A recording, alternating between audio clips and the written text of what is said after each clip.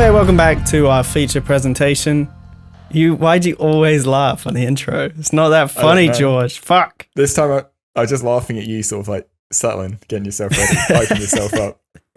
Okay, fair. Fine. How's it going, George, anyway? What you been watching? I've been watching a lot of stuff this week, actually. What order? I watched Disney's Hercules, the old animated movie. Fair. Just because it's a fucking banger of a movie. Great songs, very fun. It's a proper like joke every 10 seconds movie where you're just having fun the whole time. So that was fun. And then I kind of just Disney Plus sort of like kept playing in the background, and I ended up watching The Lion King again. Oh, I see. Which Lion King? Classic. Yeah, okay. Original classic Lion King. Yeah.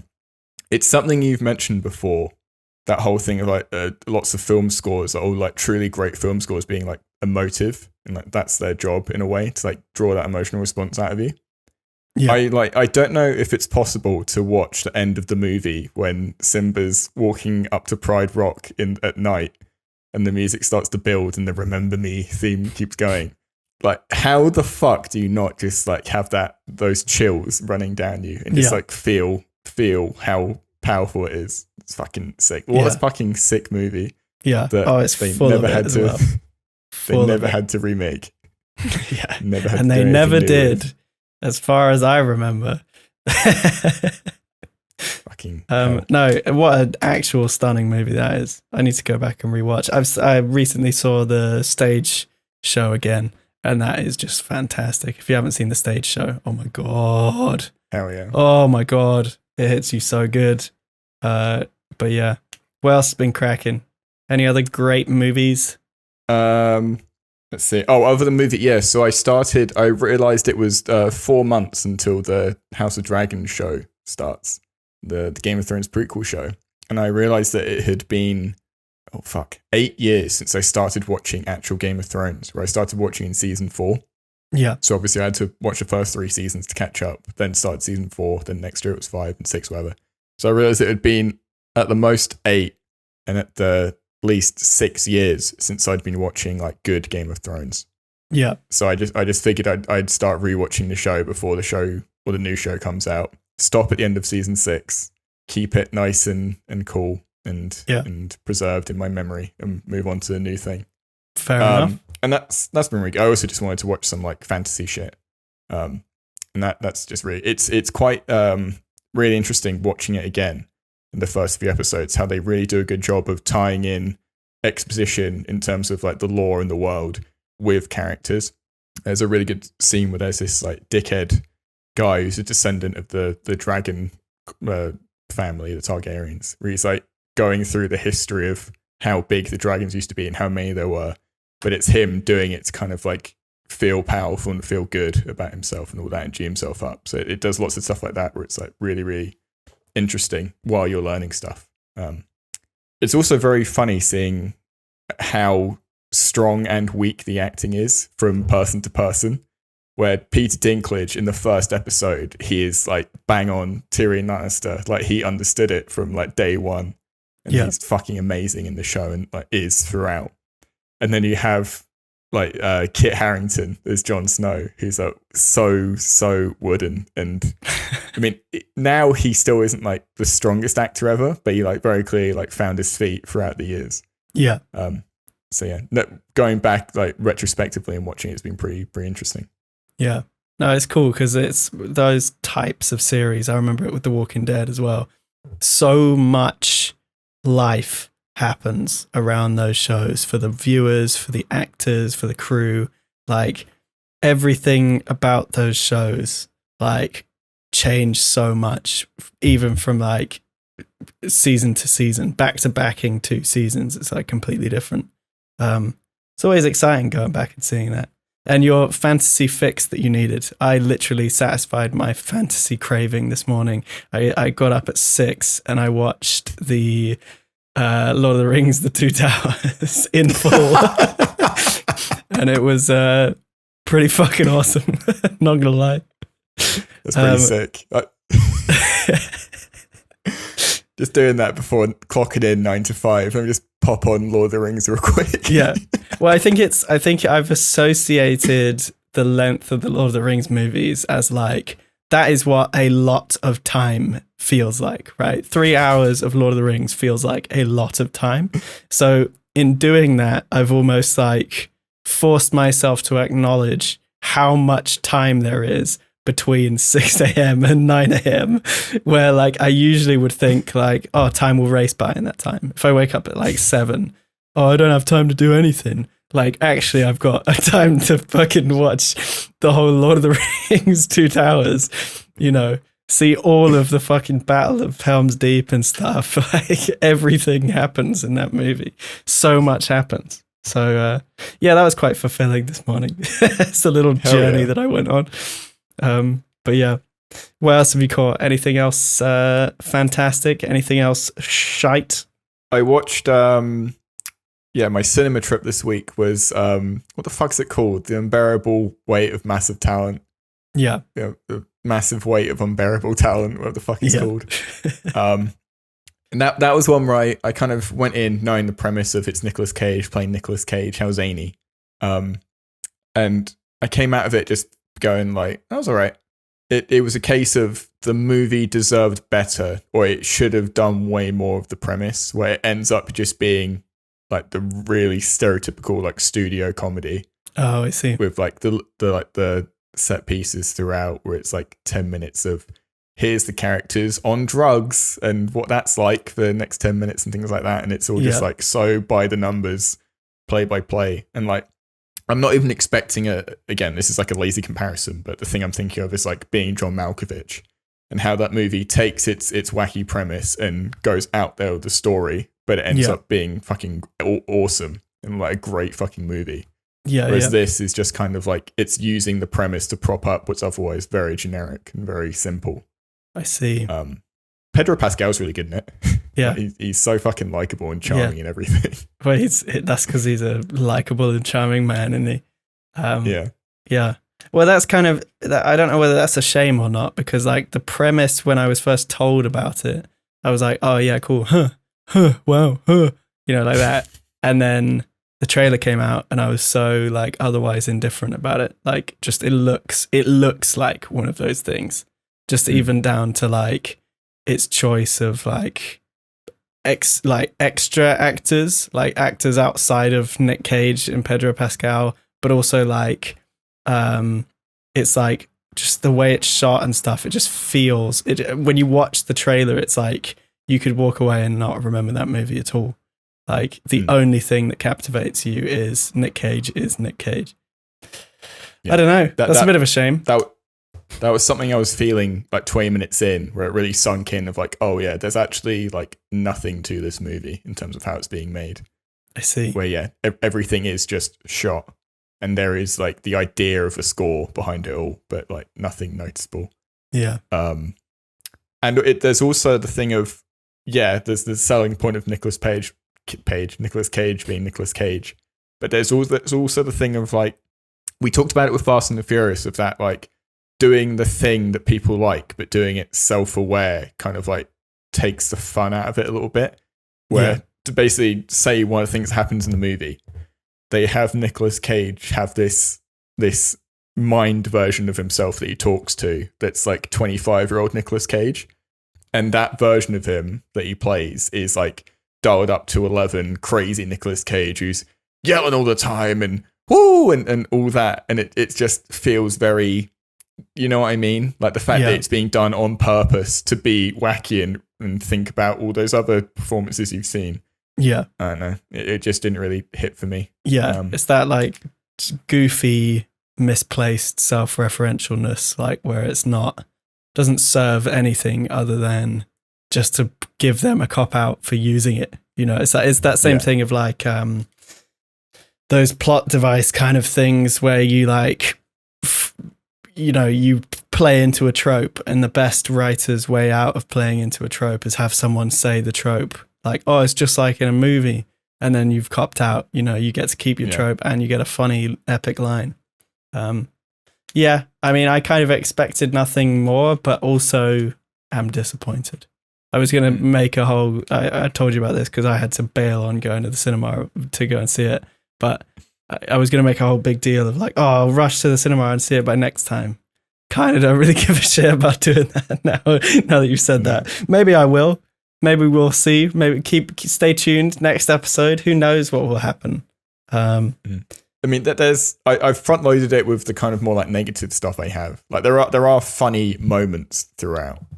Like there are lines here and there that got a little chuckle out of me and things like that. But nothing special. Like I say, I felt like the idea behind the movie deserved more. I see. Fair. Well, equally on the other side, a movie that you absolutely should go and watch before the next episode is Boiling Point. I watched Boiling Point while you were watching Nick Cage movie. Not at the exact same time, of course, because I would have been watching Nick Cage movie as well. But it's really fucking good. Really, really good. And like, I hope everyone who follows me on Letterboxd had a treat with my funny review where I said, this is just Chef if Carl Casper stayed at the restaurant instead of going off and doing his own thing. It's really good, and definitely go see it. It's, watch it. I guess it's streaming, isn't it? And it was like streaming from the get-go, but like go watch it because it's just like really well. It does that thing of like putting you in the headspace of a character super, super well just throughout. And obviously it's got that like kind of its hook or its thing that it does different to everyone is it's another one take film kind of thing. And so it like proper captivates you, throws you through the motions. And like, I don't know, I just think it's like, it's really well directed, really well acted. That said, only caveat is the main cast are so stellar that when anyone else shows up, they're fucking abysmal, like really, really bad. And I can't tell whether it's like partly dialogue fault. There's things like there's this whole like politics of the workplace of like the cook's team versus the waiting staff, and like you just hear like a waiter will deliver a line and you're just like, no fucking waiter in the world has ever said that ever. Like that is a writer's interpretation of a waiter. Like they've sat down and really thought like, God, what do humans speak like? And then written this like really ridiculous like way of approaching someone. There's a few moments like that, but other than that, it's like really, really stellar movie. Definitely worth a watch if you haven't seen it already. And it won like a shit ton of awards, didn't it? So, you know, good things win sometimes. Who knows? Yeah. That was a movie that I had like zero, not on my radar whatsoever. And then I checked Letterboxd and all of a sudden 50 people reviewed it. They've all said it's really fucking good. It's what's his name? Stephen Marchant's the main guy in it, right? The main actor? I have no idea. People, names, faces. I literally have no idea. He's doing an accent is all I know. Right. What's the guy? What? Let me look it up. Boiling Point cast. Stephen Graham. Like Stephen Golden Graham. Grahams. Who the hell was Stephen? Whatever. I just pulled that name out my ass. Fucking amazing. Yeah, I know it was a Stephen something, but yeah, Stephen Graham, obviously from Irishman and lots of other stuff. I think he's kind of having a bit of a, because he's not a young actor, is he? He's in his like 40s or 50s, I'm guessing. Yeah, 48 according to Wikipedia that was open on the screen when you asked that question. Like I can't see the screen. Oh yeah, true.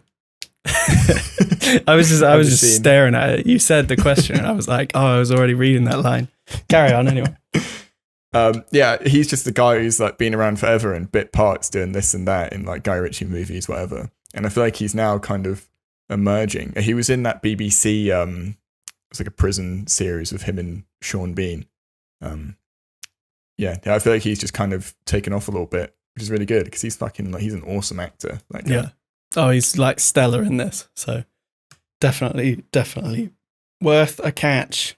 But yeah, that's about all I've watched. Is there anything else you want to sneak in here? Like side hustles that you've been watching? Well, no, I know that you watched something else. You've forgotten about it because I checked Letterboxd this week. Oh shit! You watched that Fresh movie? Oh yeah.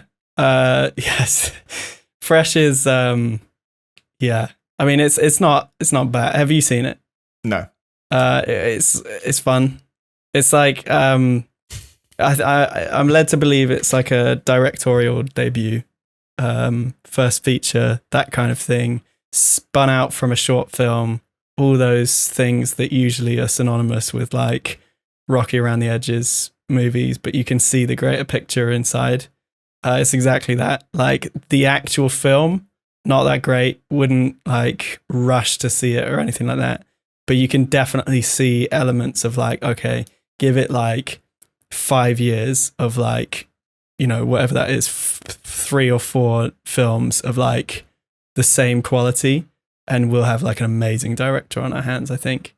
But right now, it's just whatever. Like really, really whatever. Like, I was shocked and stunned that at the end of the movie, I pressed like back, and on screen it said it was a comedy, because it just fucking wasn't funny.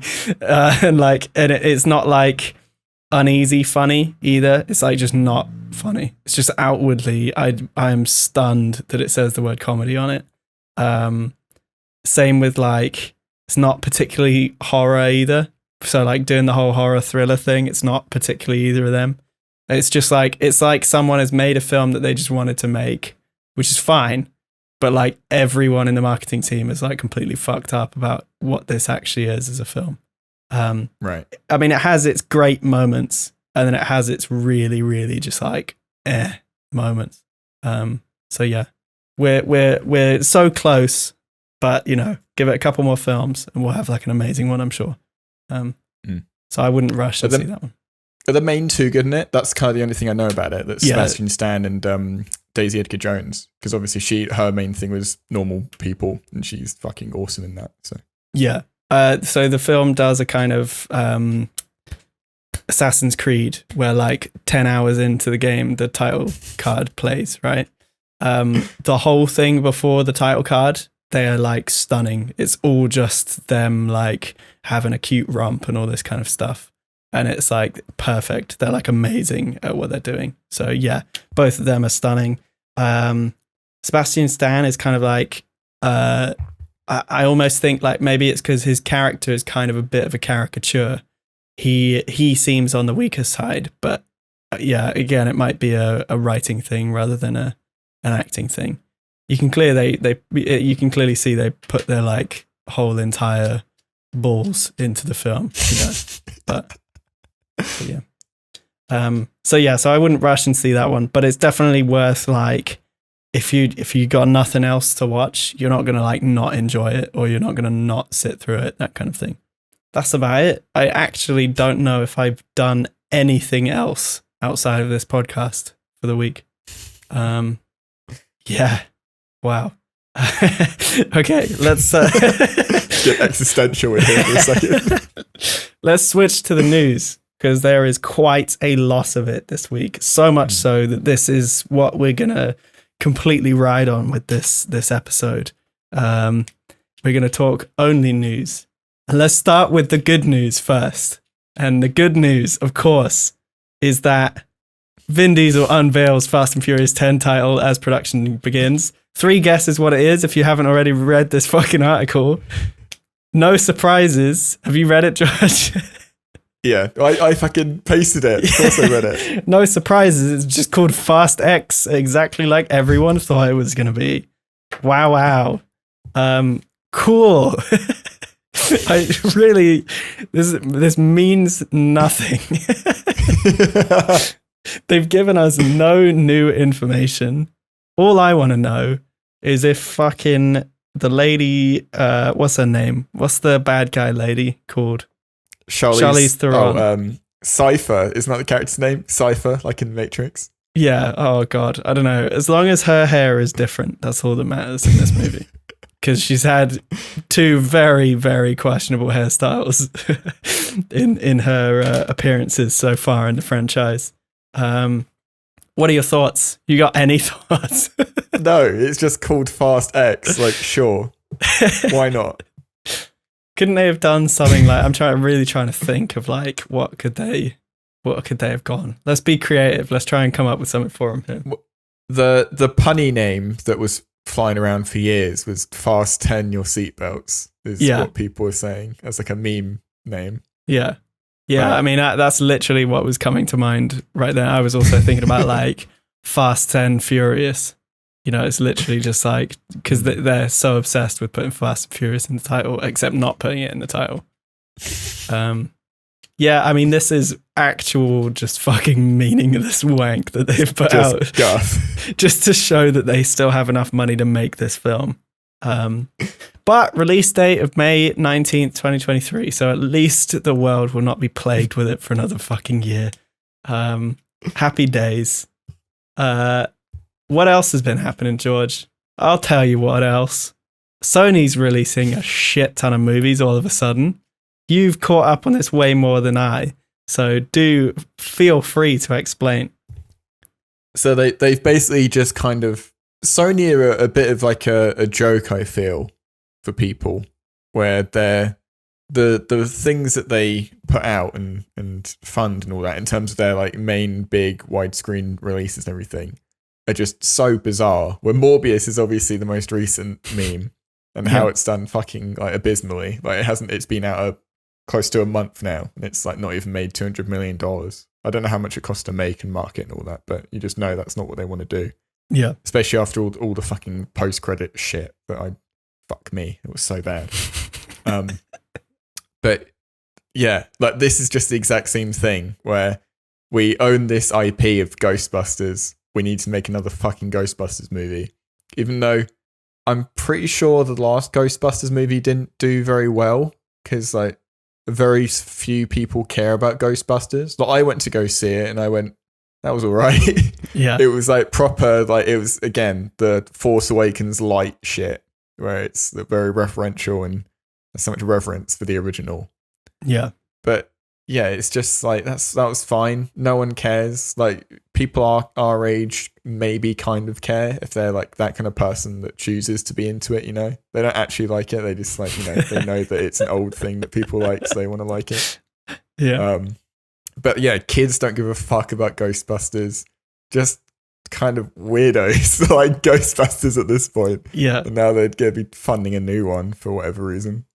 Sure. I mean, I'm the same as you on the last one. Like, it just like, I've heard so many people say that like half of the movie is like good or okay. And then the other half of the movie is just like complete fucking corporate bullshit. And that's what this is again, I'm sure.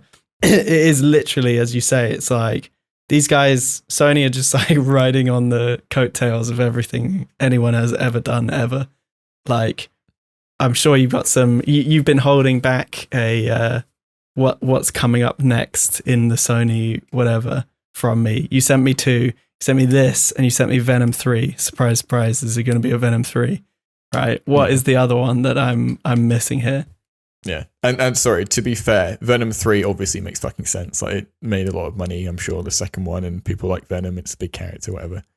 So the third thing that they announced was that they're going to be doing a Spider-Man character standalone movie. Stop me if you've heard this before, like they just fucking did with Michael fucking Morbius. And it fucking didn't work out. They've now said they're doing a character called El Muerto. El Muerto, I can't roll my R's properly. El Muerto, played by the music artist Bad Bunny. I think he's a music artist.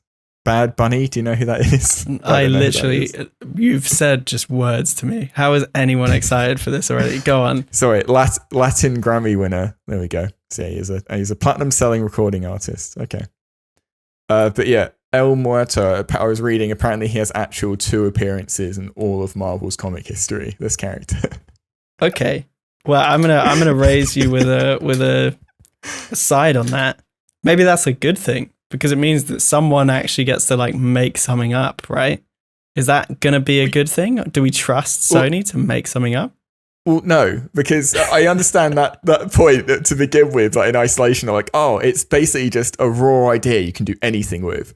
But the problem is, I don't trust the people that will be okaying what people come up with, because we get fucking Venom movies and Morbius movies where it's all just really generic dog shit.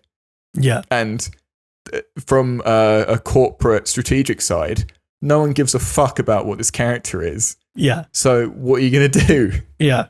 Like, yeah, true. It's just going to be a shit story with no pull to begin with. Like, what? Yeah. I'm going to be shocked. Will turn up at the end as well, of course. Don't. If this movie actually comes out in 3 or 4 years, I'm going to be fucking flabbergasted. Flabbergasted. It is interesting though, actually, because we've talked about it on the show before. They find that thing that only X amount of the fan base will know, and then that gives everyone else FOMO because they don't know, and then it self-markets itself. I wonder if that's what their play is now. But I feel like that kind of stuff is, you do like breadcrumbs with that. You don't make the whole movie the thing that fucking no one knows. You do that with Thanos at the end of the first Avengers, because everyone likes the Avengers, and there's now this little tease of, wait, I don't understand that, but I like this, so I better read up on that so I can watch the next thing of this thing I like. Yeah. This just is dog shit. And it's the same thing of, they've got this fucking Kraven the Hunter movie coming out, which at least like Kraven the Hunter is a bit more of a known character. And they've got what's his name? Kick-Ass playing him. Okay. Aaron Taylor Johnson. But like, I don't see how that's going to be any different to Morbius, unless the movie's like fucking great, which probably not. It's not looking good. Track record isn't looking good at the very least. No. Yeah. It's just very frustrating to see people that are able to make these decisions, and then these are decisions they actually go with. Yeah. And it's like, fuck me. There is so much money and creative energy being put into this, and it's all for naught. Unbelievable. Well, keep on the grind, Sony. I'm sure we'll catch your movies. I'm sure we'll be the only people paying. Meanwhile, there is a really, really exciting project coming out that I am just like going nuts over. Have we mentioned it before? Did we show it on another episode? No, I think we've messaged each other before, just going, whoa, look at this. Fuck. I see. Prehistoric Planet, Apple TV. Can't show you the trailer. That's why we're on this tweet. Sorry, everyone.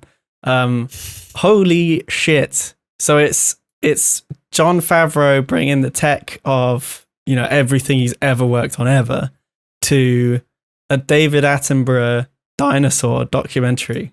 Like, it's fucking marvelous. It's like the studio heads at Apple TV were like, it's like they've gone full blown, like, no one has subscribed to our service. We're now going to literally single out individual people. Charlie Parkin would like this show a lot, so we're going to get him to subscribe. And by God, has it fucking worked. So I will be catching that for sure. I think it comes out next month, doesn't it? Yeah, it comes, I want to say like May 23rd or something. Yeah, late May. But you're right, it's kind of, you say they've targeted specifically you. They've targeted this weird micro niche of people our age, maybe a bit older, that remember shit like Walking with Dinosaurs and seen that stuff doesn't exist anymore. Let's bring that back, and let's do it in a fucking amazing fashion. Yeah. Where we were shit talking, rightfully shit talking the Lion King remake. But if that had to happen for the tech to be developed for this to be made, I think that's worth it. Yeah. And that's worth it. It was like, good it looks. When the Lion King came out, it was a goof of like, everyone was joking about, it looks like a nature documentary. But like, I remember vividly saying, we didn't have the podcast at this point, but I remember vividly saying when I walked out, I was like, holy shit, you could not tell me that, like, there's the shot, you've seen it, right? The Lion King remake. Yeah. So there's the shot towards the start, the mouse and the introduction to Scar for the first time. And you're literally just tracing a mouse through a field and then climbing up a rock.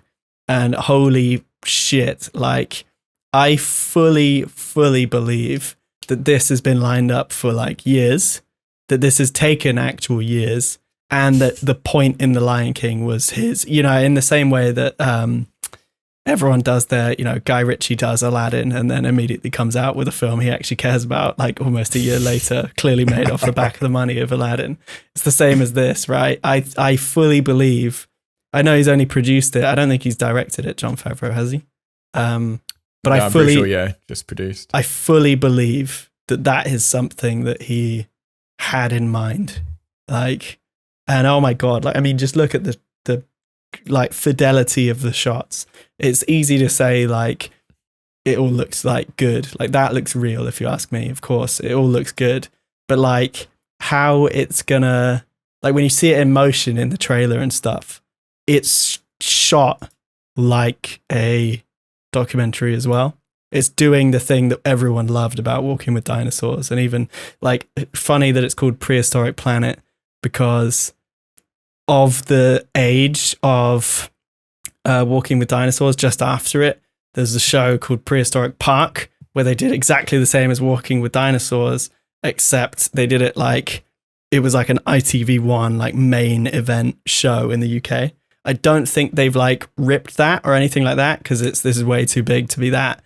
But it's like everything about it links to something that I was very passionate about in my childhood, and I am very clearly the like an archetype of the target market who are gonna just love this. You know, words cannot describe how excited I am for this, and like I say I'm excited for movies, but like this is next level. If this is shit, I will be so sad. This is where at the end, Mando turns up and shoots a dinosaur dead. Yeah. The T-Rex disappears for 2 episodes while Mandalorian does something with little baby Yoda. Yeah. Oh my gosh. Well, I'll be subscribing. Well done, Apple. You've got me. You got any more points on Epic Dinosaur Show? No, not really. I don't know who's doing the music for it. It'll probably be fucking Zimmer. He does all these now. Yeah. He does the theme at least. Yeah, for, yeah. Like Blue Planet and all that. So yeah, I mean that'd be awesome to find that one out. In fact, no, okay, no, I'm trying to remember because I remember the first teaser trailer came out and they dropped the title card at the end. Who made it? Who's narrating it? Who's whatevering it? And I just remember like every single line that faded up. I was like, oh, whoa, oh, you know, like every single one made me do that. And I was just trying to remember if a composer appeared, but I don't think so. But I would not be surprised if, yeah, you're probably right. Zimmer will do the theme and then they'll get like School of Zimmer, Spawn of Zimmer to like spin that out into a couple more things. Wow. My goodness. Yeah. Looks fucking sick. Looks so cool. It looks amazing. Meanwhile, something that will never come out, the Minecraft movie starring Jason Momoa. What are we on now? The Whiplash. The 8th possible director, the 5th possible lead actor. It just ain't looking good, man. I don't know. Is this actually happening? I haven't even read this article because of just how much I know this is not going to fucking happen. Well, the fact that they've got a name on it now, they've got Jason Momoa, makes me feel like but they had names before. Sean Levy and Rob McElhaney from Always Sunny. Like yeah, but they were like creative names. This is going to be guys actually could be in it. Yeah. You know? Okay. Fair. Yeah. To put him in the booth. Yeah. Or wait. Yeah. Is it animated or is it going to be like live action? Because he does look like Steve. Fuck's sake. I was going to say, I was about to take the piss. Like, what if they fucking mocap it all? That they mocap him doing all the little animations, everything. That would be wholesome as hell. I don't want to like. This is about to show my like my cringy past, right? But like to show you how long this has been going. I believe it was like 2011, no, not 2011 because that was when Minecraft had just come out. Like probably like 2012, 2013. There was a Kickstarter by a YouTube filmmaker to make a Minecraft movie, like an actual Minecraft movie. And they made a proof of concept where they did a teaser and they like properly did the VFX to like comp in Minecraft landscapes and stuff. Granted, it would probably be complete shite because it's a YouTube filmmaker and they're really, they're talented people, don't get me wrong. And the guy has gone on to make amazing video games and all that kind of stuff and direct them and all that shit. But like, even then, there was immediately in a lawsuit about it because the movie was going to be made by a real person. Even then, back then, right? 2012, this must have been 2013, right? That's how long this has been in hell for. Like, you cannot tell me that Jason Momoa is going to be the guy to single-handedly pull this out. It's not going to happen. This is the movie. Guy. Well, he is a pretty strong guy. Not as strong as Minecraft Steve, though, I don't think. But it's like, and every year they leave it is another year wasted because Minecraft becomes more and more irrelevant. I mean, I say irrelevant, I mean like pop culture irrelevant. Like actually it's like fucking steeply inclining in sales every 10 seconds or something. So, you know, people will know it, people will see it, but like the longer they leave it, the more of a waste this is. Video game movies, man. That's kind of, I feel like that's the trend of just all video game properties in general. Well, I mentioned it with Halo whenever it was we talked about that, where it's quite clearly lost a lot of its luster from like when would the peak of Halo be? Halo 3, I'm guessing. Yeah, like that would be like peak Halo is Halo 3, yeah. And then Reach, I suppose, was the big late the big 2000s. Finale. Yeah, oh my god, yeah, really like early. It's like they're jumping the gun on our nostalgia theory that we have, where Uncharted's the same thing, where the game series actually fucking stopped now, where they did the fourth. I say stopped, they'll probably make more, but the actual like Nathan Drake games, they've stopped and won't be doing any probably. Sonic is like so long dead in terms of, when was the last good or Sonic game that they released that people like? I mean, people liked the re-releases of the old stuff, but they don't really count. People don't like the new re-releases of the old stuff. If you haven't caught that news, holy shit. Have you seen that? No. Not to swipe our movie podcast with video game drama, but they basically were like, hey, we're going to release Sonic 1, 2, and 3, and like another one as well. We're going to re-release them remastered. They're identical. And they were like, oh, and you can buy a deluxe edition to play the game in hard mode. And everyone lost their fucking minds. That's like, if you pay for the extra special standard edition, you get to play the levels backwards.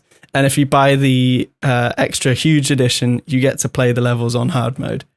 And that is it. And like, seriously, like, again, not to sideswipe it, but go and look up the fucking deluxe edition stuff, because it includes dumb shit like alternate main menu animations and like things like that. They're literally like locking off a part of the game because they just haven't bothered to make more game. It's insane. But yeah, so Sonic is not in a good place. Sorry. Yeah. This is like, the movie is the only thing keeping it afloat right now. For sure. But yeah. And yeah, Minecraft just feels like the same way. It doesn't feel to me, well, I guess I'm like not in the crowd for Minecraft. It feels to me like it's past the point where it was the biggest thing ever, where like now it's Fortnite or whatever. And they're going to make the Fortnite movie, but they'll make it in 5-6 years. Yeah. But this is like a cultural issue, I feel, because even though Minecraft is huge, kids will go and see it, blah, blah, blah. Like, since Minecraft's release, you could have had basically everyone excited to go and see the Minecraft movie. Everyone who played Minecraft, everyone who knew what it was. Now it's like culturally like cringe to see your favorite property shell out and become a movie. So like culturally, this is fucked. Like the people who the Minecraft movie is meant for will see it ironically and hate it. You know, that's almost guaranteed. The same people who like, you know, when Sonic 1, the Sonic movie 1 came out, like memed the shit out of his design. It's that is going to happen again. It's like culturally, we're just like past the point of movie tie-ins being like something people desire.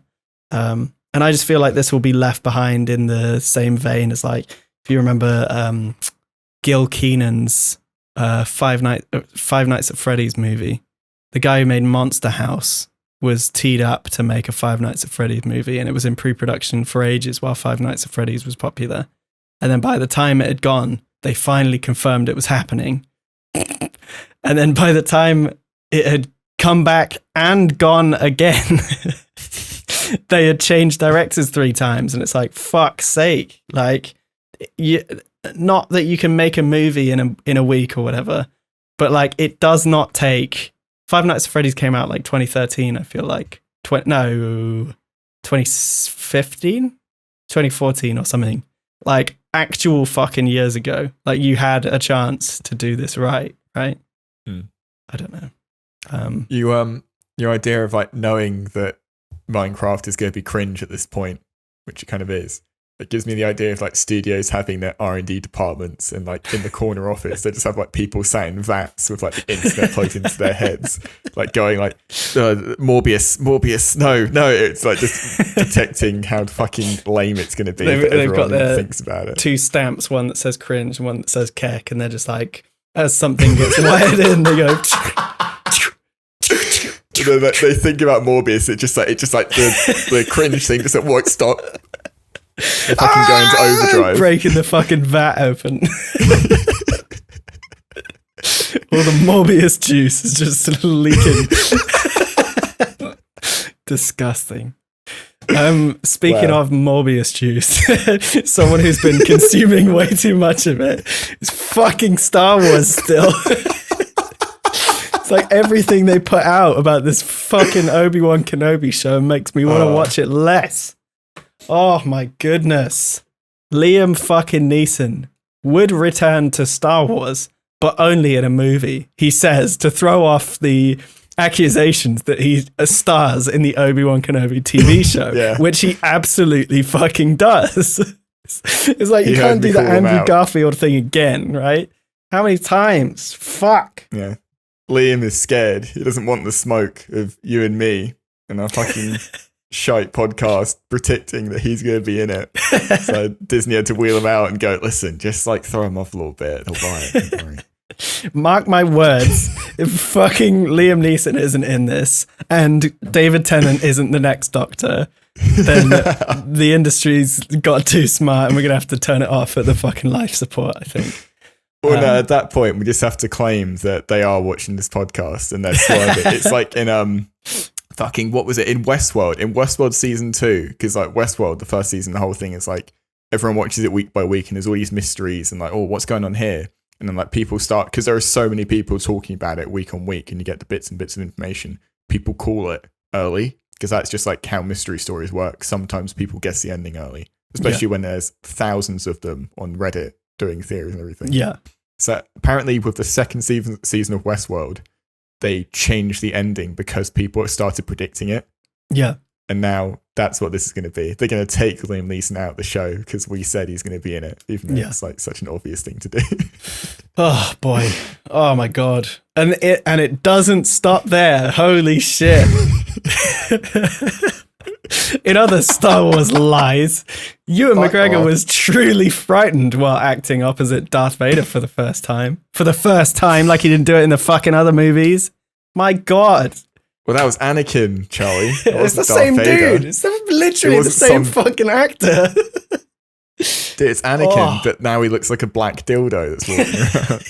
That's fucking terrifying if you ask me. Fuck's sake. Mate. Come on, Ewan. Come on. How much are they paying you? Yeah, that's what I was going to say. Like how they've got him, like they've written him a blank check, haven't they? Like the idea that they got him in that studio to come back and be like, oh, the show's not quite ready yet, but when we release it, we'll release 2 at once. And now he's doing this whole press tour PR shit. Like, so much money has gone into just Ewan McGregor selling out right now. Meanwhile, I don't know whether you saw this. Meanwhile, Ewan McGregor's like fucking getting on the sly married to Mary Elizabeth Winstead in the background. Oh, is that a thing? Yeah, it's an actual thing. It's happened already. So this is all, he used the paycheck to do it on Naboo or whatever the fuck. He's got a fucking robot hand. He's got fucking C-3PO as his best man.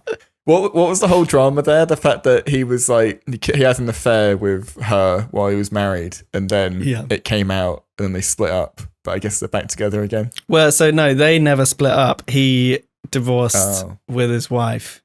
But the thing that, you know, this is like fucking weird. I don't know why I'm on this tangent, but his family, his daughters that he had with the original wife were kind of like, yeah, go do it, King.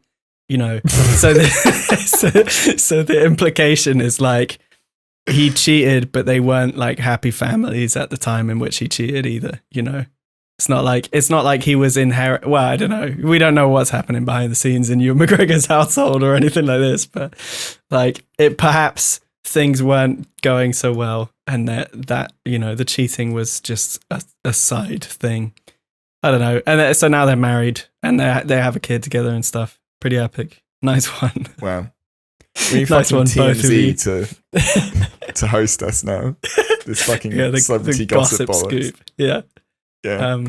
Cool. I mean, two remarkably hot people go out together and make a baby together. Pretty epic. More Ewan McGregor. Because it never fucking ends.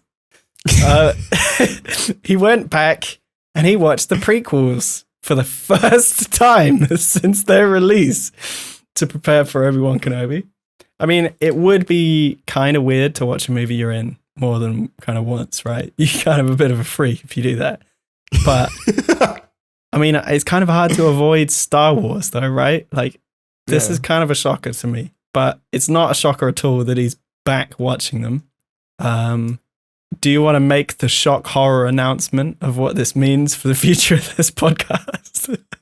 Wow. It means that if Ewan McGregor is strong enough to go back and rewatch a trilogy, then so are we.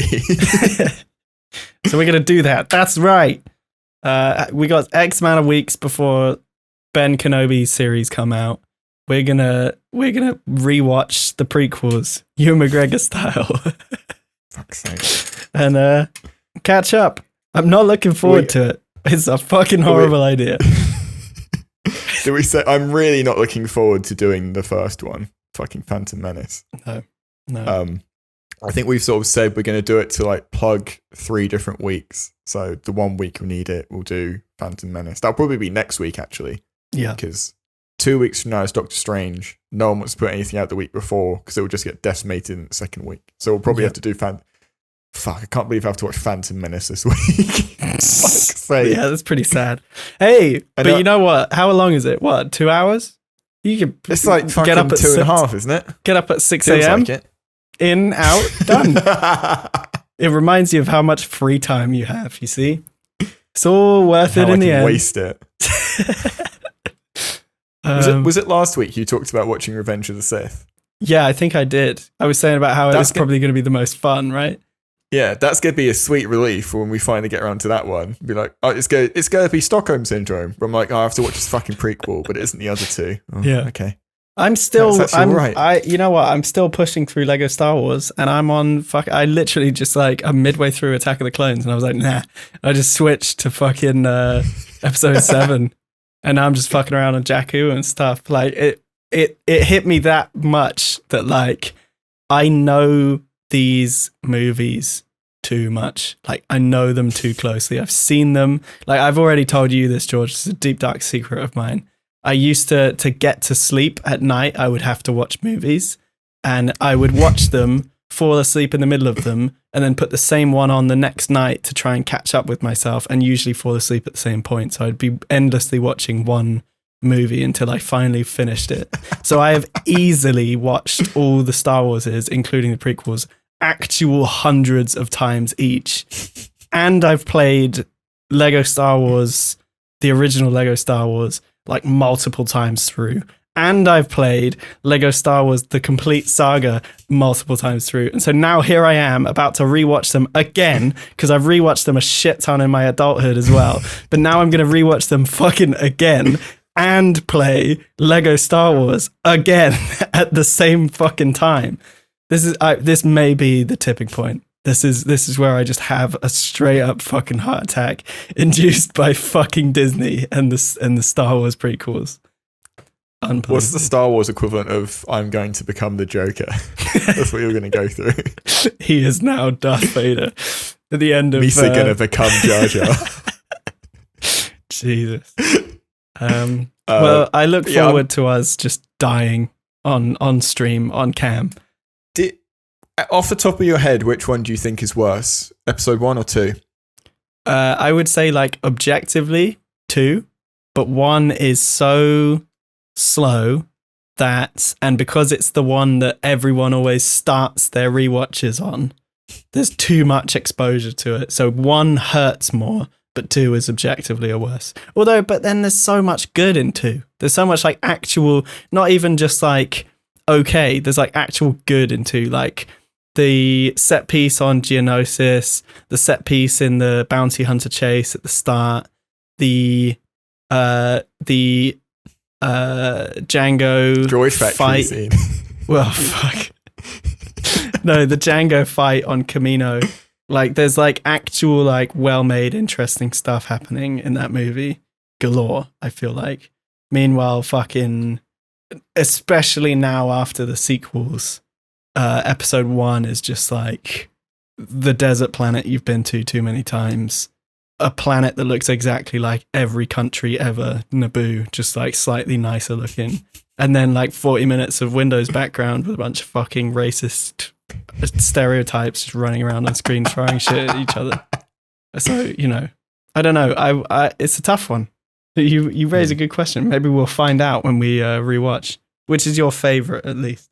I don't know about favorite. I definitely agree with that. What you said. That's what I would have said if you asked me initially. Of one feels worse because it is just so slow and monotonous and so little happens, and there just isn't a story or a protagonist in the movie. 2 has probably more bad things in it, but it's at least things that are happening. Yeah. And they can be entertaining in that, like, what the fuck is happening sort of way. Yeah. Oh, the Dooku fight as well. You just reminded me of. It's pretty good. It's kind of, yeah. I need to, well, I'll have to rewatch it, but I remember it just being kind of like, oh, fuck's sake. Yeah. Especially fucking Yoda as well, fucking leaping around. Yeah, but that's where the signature Yoda shot comes in, though. You remember? Where he's like stood and he drops his cane. It's fucking sick. The one that's on all the toys. My God. Anakin gets his like meaty stubs cut off. Disgusting. This weapon is your life. Oh, all the good bits happen in that movie. You cannot fucking tell me. God. So we've pissed a whole podcast episode away on Star Wars. So I'm gonna like very quickly shuffle us on, if you're ready for that, to your big central thesis here of this episode. We'll kind of march through this.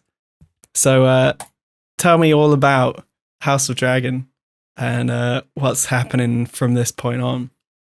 So yeah, House of Dragon. So as I say, I started watching Game of Thrones again to catch up, and I think I said 2, 3, 4 weeks, whenever ago it was, about how like this show could actually, I was really underestimating how big this show could be in terms of it capturing that same kind of energy people had watching the original Game of Thrones. Yeah. And yeah, if it does just focus on having strong, interesting characters, it's obviously easier said than done. If that's what they fucking focus on. Because that's what the first season, at least rewatching it, like getting to this point, that is really the strength of the series. It has this typical fantasy background bullshit of this looming threat of this zombie White Walker thing and all that. But the real strength of the show is just the different characters and the families and the ways that they contrast with each other and the way that their characters are explored and like diving into all of them and how they approach these different situations.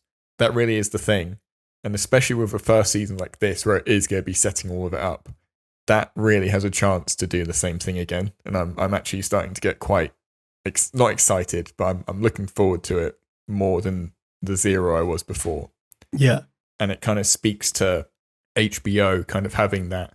They have the track record of producing their great shows, whether it's Succession or this, or I can't think of a third one off the top of my head. I would say Winning Time, even though that's like not exactly in the same echelon of like fucking great, awesome, fantastic shows.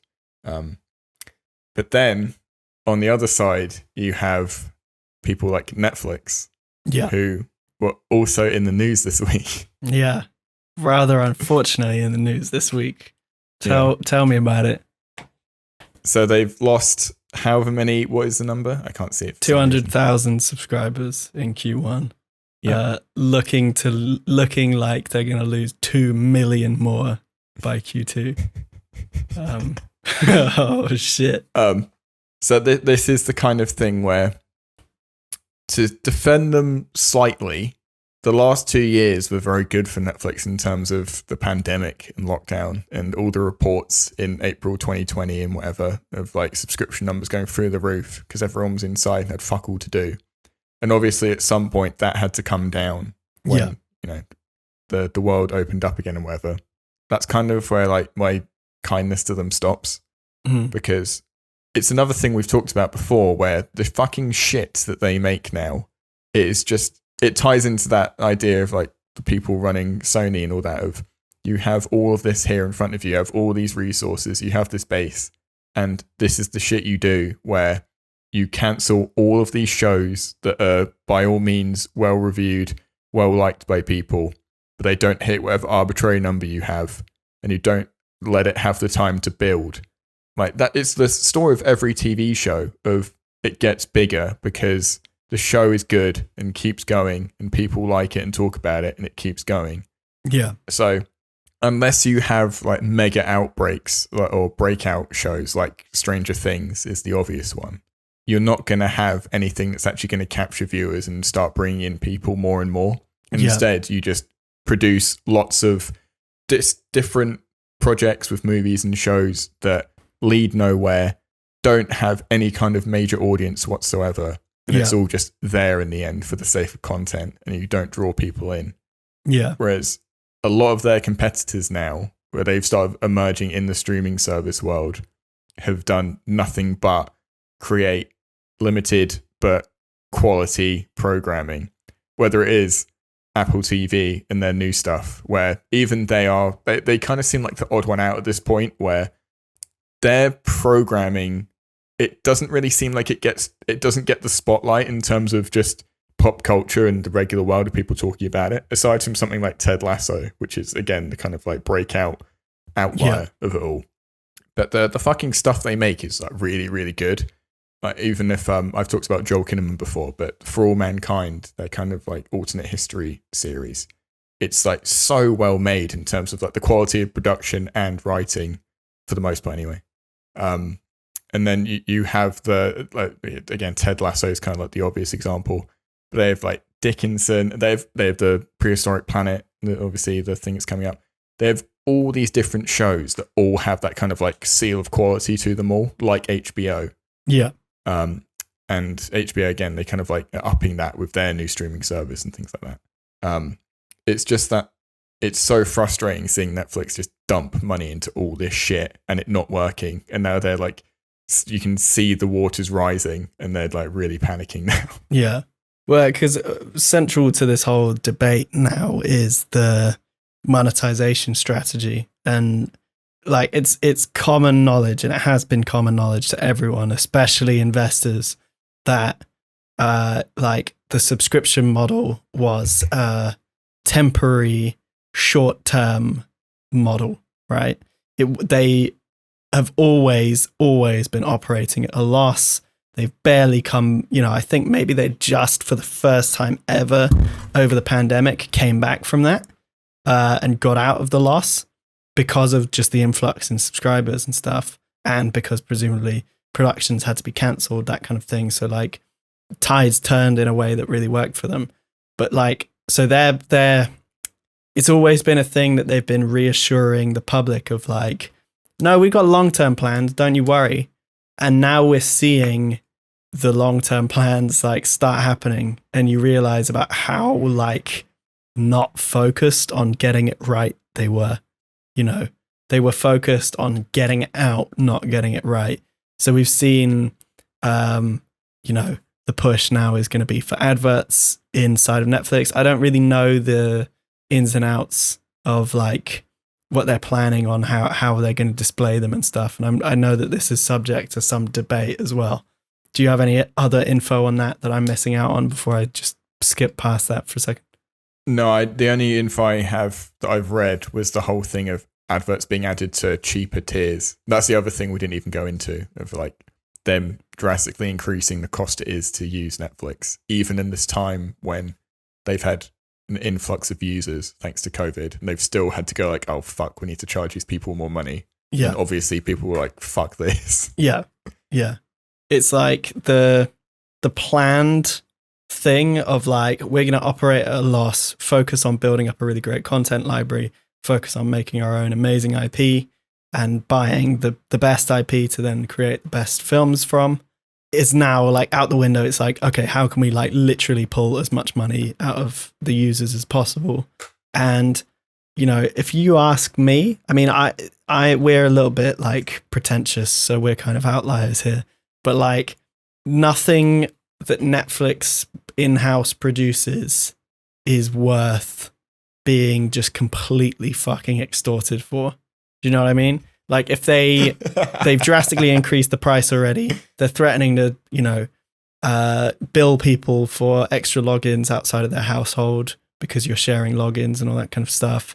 They're now trying to fit adverts in lower tiers, blah, blah, blah. They're doing it. The fact they're even doing a fucking tiered option is another one. It's just like, it's like they've gone, oh shit.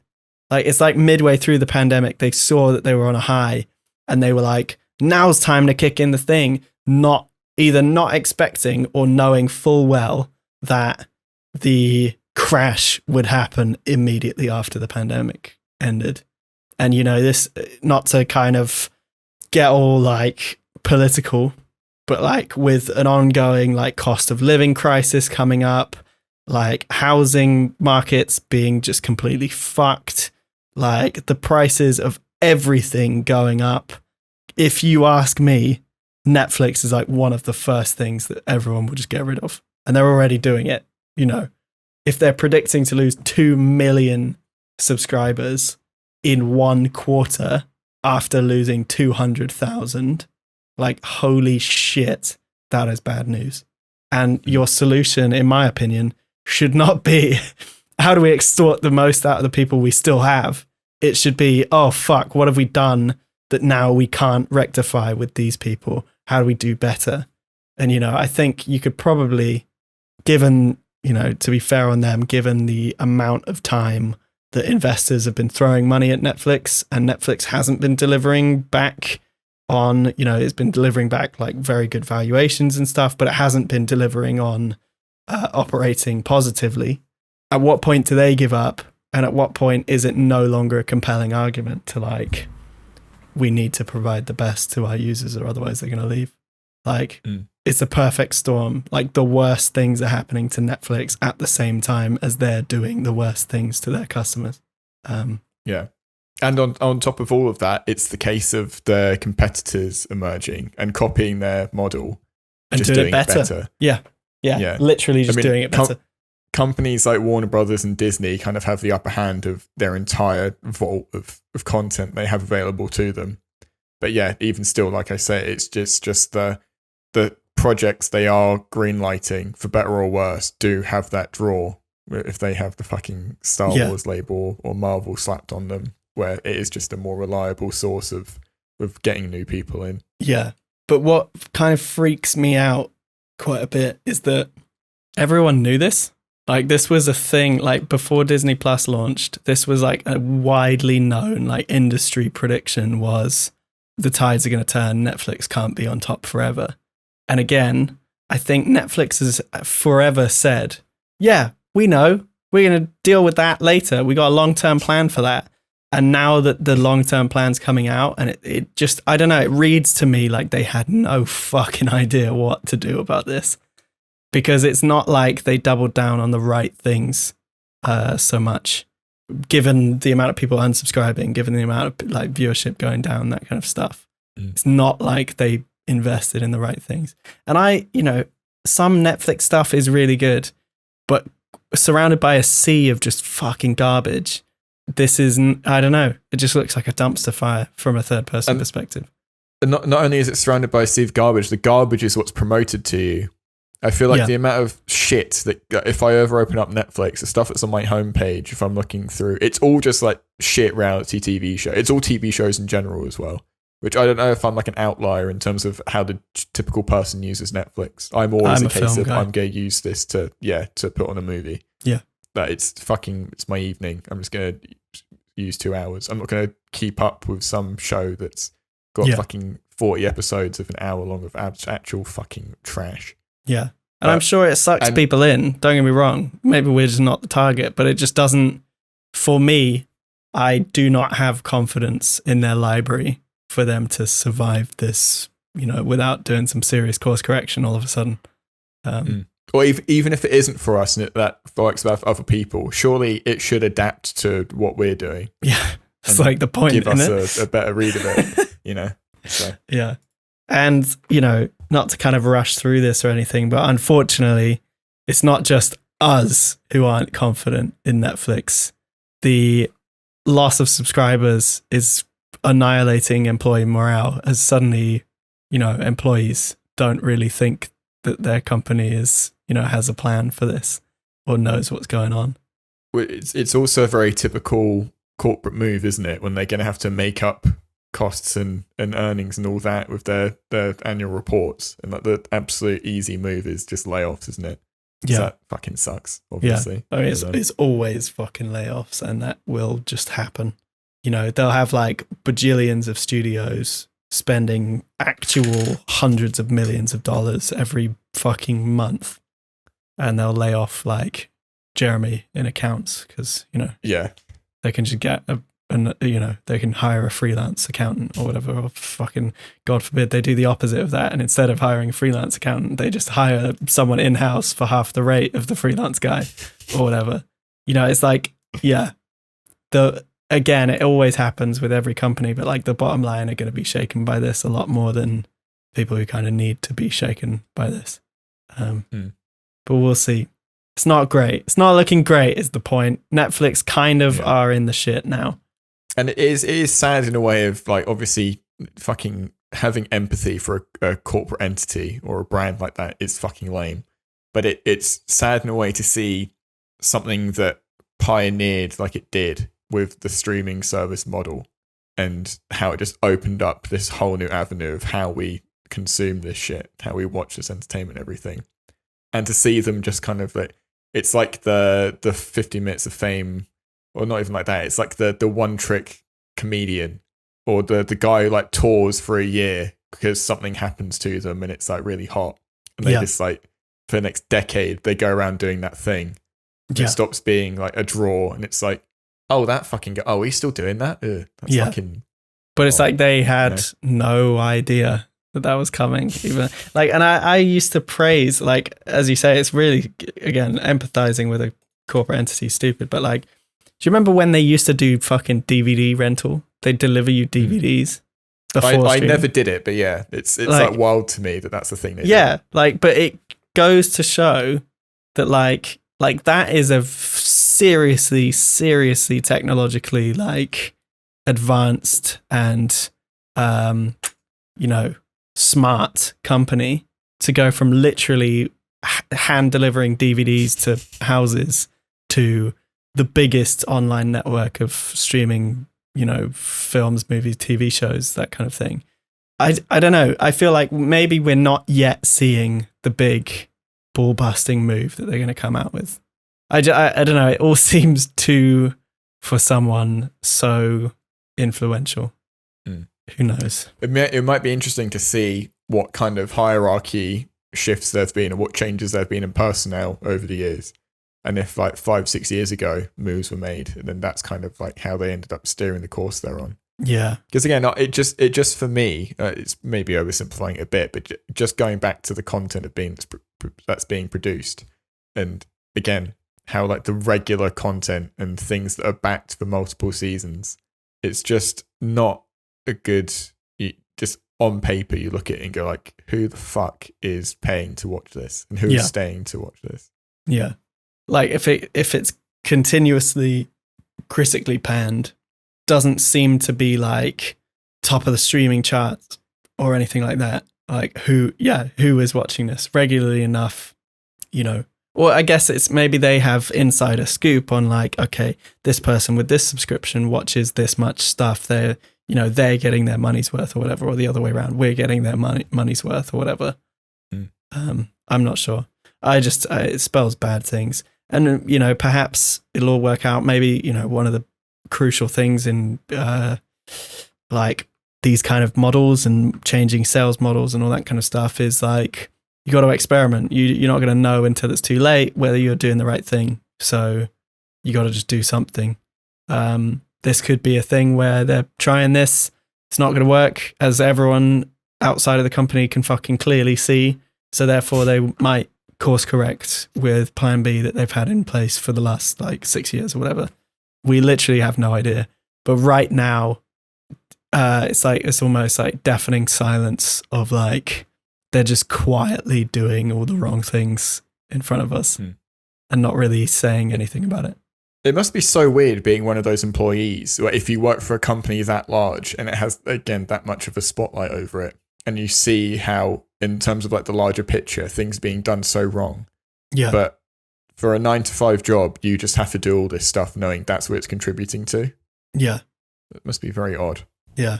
I mean, it's like burnout central. This is like the very least we're about to see a big fucking corporation have a bunch of employees like burn out and leave, whether leave or lose their jobs. It's like, it's all going to happen, isn't it? I'm not sure. Bad vibes. Yeah. Oh, terrible vibes. But it is what it is. And we got to just wait and see. What does this spell for the streaming industry? Absolutely fucking nothing, you idiot industry reporters. Netflix dying is because Netflix is shit, not because streaming is not the way forwards. So, you know, you see that with whatever it's called, HBO Max, I think is probably the top example of like, this is where it's going. This is where it's happening. Fucking Batman came out on HBO Max like last week. It's only been out for like a month or something stupid like that. What is going on? Anyway, I mean, rather a sad, depressing kind of fart from the end of the balloon deflating to the podcast. Have you got any other news? Anything else you want to talk on? I don't think so. I'm just now very excited to watch Phantom Menace this week. Oh boy. I can't fucking believe we're actually going there. Yeah, we're doing it. We're doing it. I guess it will help. I can jot down some things for our little bingo card references they can chuck in for the show. It will help revisiting it for that. Yeah. And we should maybe try and distribute the bingo card on Twitter and stuff and in the description of the episode so that people can play along at home when they next watch it or whatever. We can post on the official Star Wars Reddit account. I'm sure they'll like that. Here's all this shit they're going to throw at you and we're going to think you're stupid for liking it. Oh my God, this is the biggest meta play ever. I need to have a marketing conversation with you because I've just suddenly realized we're going to do that and people are going to be fully deadly serious and be really excited about what we post. Reference bingo, but like you pretend it's positive. Yeah. Like, here's all the Easter eggs. Yeah. Oh, these are all the cameos that are going to happen and everyone will lose their minds and we'll make a shit ton of money. We're going to make Star Wars too. Oh my God, yeah. Fucking Disney catch us on the subreddit. Oh my God, this is such a good idea. They pay us off to like include Qui-Gon Jinn in the 3rd episode. Unbelievable. Yeah. So catch us next time for back to Star Wars again. I'm not looking forward to it, but I am looking forward to it. It's always fun, good therapy to get it out on camera with you. So that's this, I suppose.